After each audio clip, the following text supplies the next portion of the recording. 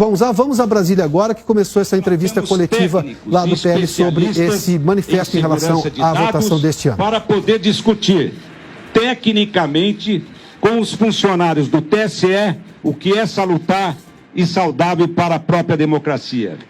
Então, hoje, será apresentado pelo engenheiro Carlos Rocha, que liderou esse estudo técnico e que irá comentar aqui para vocês alguns pontos que merecem ser observados. E eu confesso que fiquei surpreso. Repito, esse relatório não expressa a opinião do Partido Liberal, mas é o resultado de estudos elaborados por especialistas graduados em uma das universidades mais respeitadas do mundo.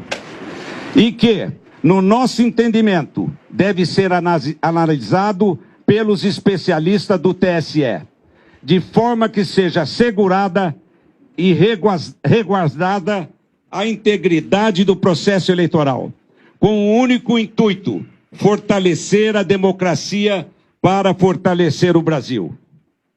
Com a palavra, o engenheiro Carlos Rocha. Boa tarde a todos. Muito obrigado aqui pela oportunidade de falar com vocês. Em primeiro lugar, eu gostaria de destacar que esse ano nós tivemos um avanço muito grande, liderado pelo TSE, na transparência eleitoral. E é um processo de avanço. Foi criada a Comissão de Transparência Eleitoral, o Observatório de Transparência Eleitoral, e no dia 1º de agosto nós tivemos lá na primeira reunião do encontro das entidades fiscalizadoras.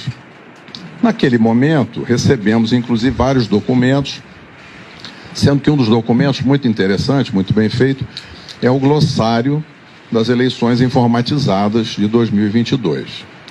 E nesse documento, então, estão descritas as funções dos diferentes arquivos que são gerados pela urna eletrônica.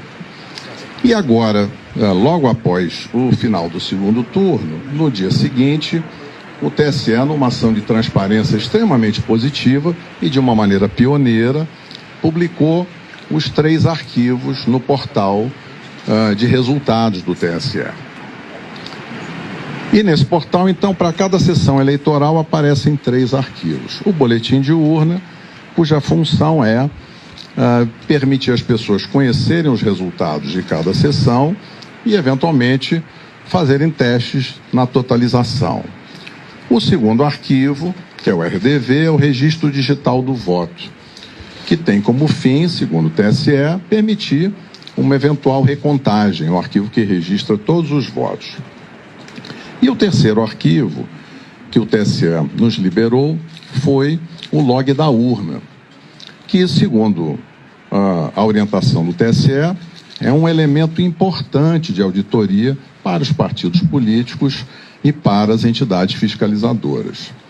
E o que aparece nesse log de urna?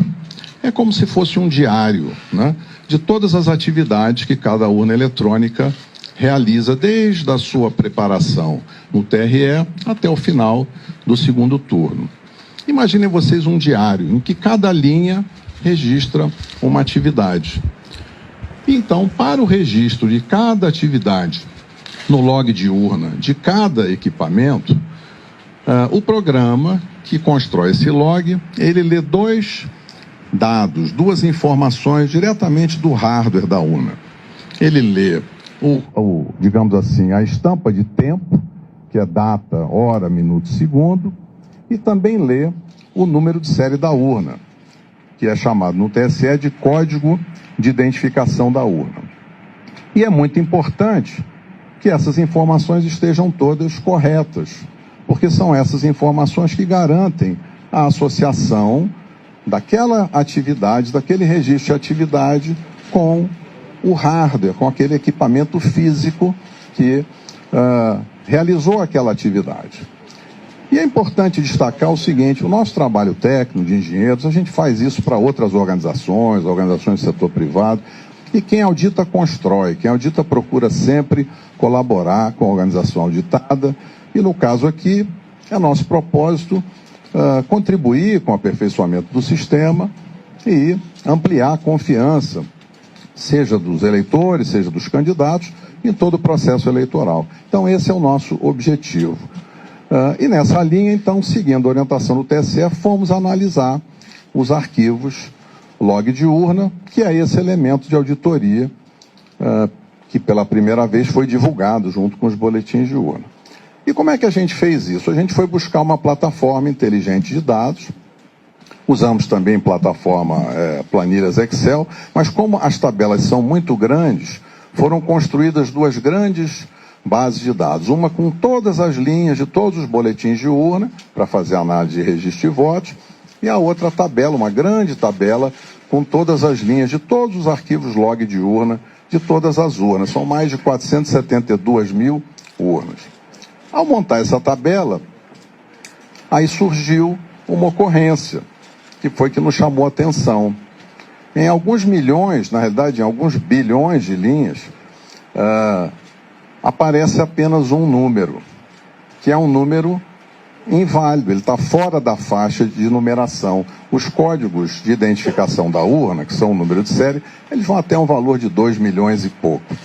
E esse número que aparece lá é um número de 67 milhões e uns quebrados.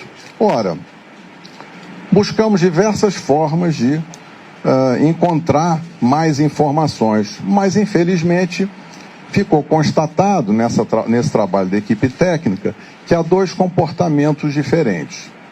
Um comportamento das urnas novas, né? Que são as urnas modelo UE 2020, que chegaram recentemente. São pouco menos de 193 mil urnas, está mais ou menos 40,8% de todas as urnas.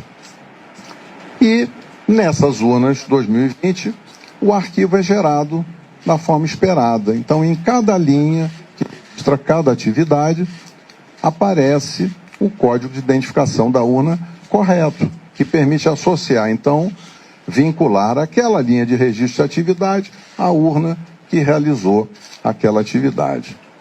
Quando nós fomos analisar as urnas antigas, que são as urnas de modelos de UE 2009 até UE 2015, essas urnas têm pouco mais de 279 mil urnas, o que dá 59,2% do total das urnas. Nessas urnas, infelizmente, encontramos esse número inválido na quarta coluna do log. Esse é um indício muito forte de falha, de mau funcionamento da urna, porque é impossível associar o registro de cada atividade ao hardware, ao equipamento físico que teria gerado aquela atividade. Isso, evidentemente, tornou um problema, porque é muito desagradável ter esse indício de mau funcionamento, porque gera incerteza agora nos dados que são gerados por essas urnas. Por isso é que nós gostaríamos de interagir construtivamente com o TSE e avaliar com eles. Existe lá uma previsão na resolução que abre a fiscalização, que é para se fazer exatamente quando ocorre um evento extraordinário, se fazer uma verificação extraordinária após o pleito, e é isso que a gente espera fazer na sequência dessa descoberta.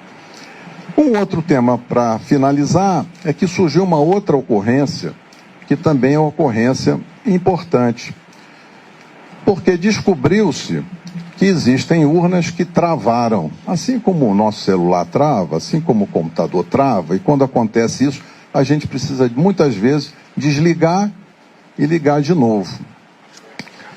Isso aconteceu com urnas eletrônicas. Então, urnas travaram e foram desligadas no meio do período da votação, na chave, possivelmente o mesário fez esse desligamento, e foram religadas para que a urna voltasse a funcionar. Uai, seu app de vídeos curtos.